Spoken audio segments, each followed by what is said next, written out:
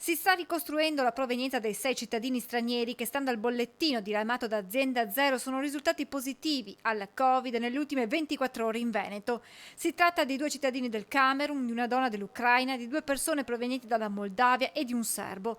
Da quanto si apprende da fonti regionali, si tratterebbe almeno in alcuni casi di cittadini di rientro dai paesi d'origine e tra loro vi sarebbero anche delle badanti. Rimane dunque alta l'attenzione nella nostra regione dopo i focolai dei giorni scorsi. L'ultimo, quello legato all'imprenditore vicentino di rientro da un viaggio di lavoro in Serbia e Bosnia, le cui condizioni rimangono gravi ma stabili. L'Ulsberica ha refertato 5 tamponi positivi legati al caso, mentre nelle ultime ore una trentina di persone ha contattato il numero verde per ricevere informazioni nel sospetto di un contatto con uno dei contagiati. Casi che preoccupano la regione, come ha spiegato nell'intervista esclusiva rilasciata alla nostra emittente il governatore Zaia facendo il bilancio di un'altra impegnativa settimana. Oggi diciamo che la presenza del virus ci inquieta, ci preoccupa e direi che gli indicatori non sono assolutamente positivi. Il rischio di un contagio di ritorno, ovvero che arrivi in Italia da cittadini di rientro dalle vacanze o dai paesi d'origine, preoccupa e il presidente del Veneto chiede un intervento da parte dell'OMS.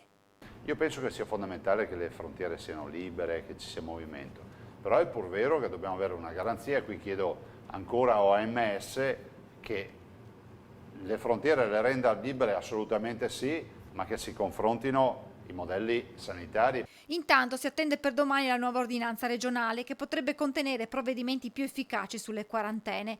In tal senso ci si muove anche a livello di governo con il ministro della Salute Speranza, che ha dato mandato all'ufficio legislativo del suo dicastero di verificare il quadro normativo sui trattamenti sanitari obbligatori.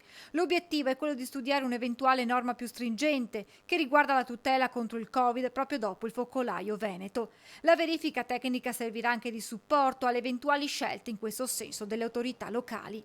Nel frattempo il Dipartimento di Prevenzione dell'USL 4 Veneto Orientale, dove nei prossimi giorni arriveranno altri 6 nuovi tecnici destinati alle attività di controllo sul litorale, ha tracciato anche oggi i movimenti della turista austriaca che per 4 giorni ha soggiornato a Jesolo e che, rientrata in patria, è risultata positiva al Covid.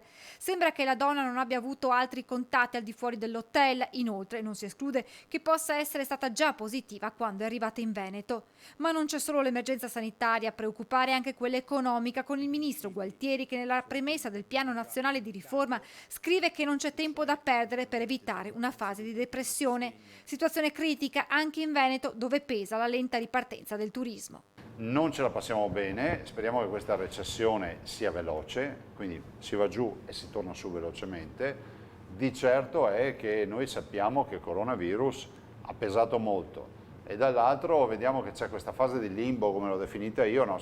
La fase 2 è finita, la fase della convivenza è finita, adesso siamo in una fase nella quale sei un po' stordito, capisci che puoi camminare con le tue gambe, hai preso una botta, però non hai ben capito se ti arriva un altro pugno in faccia, quindi è una fase molto critica.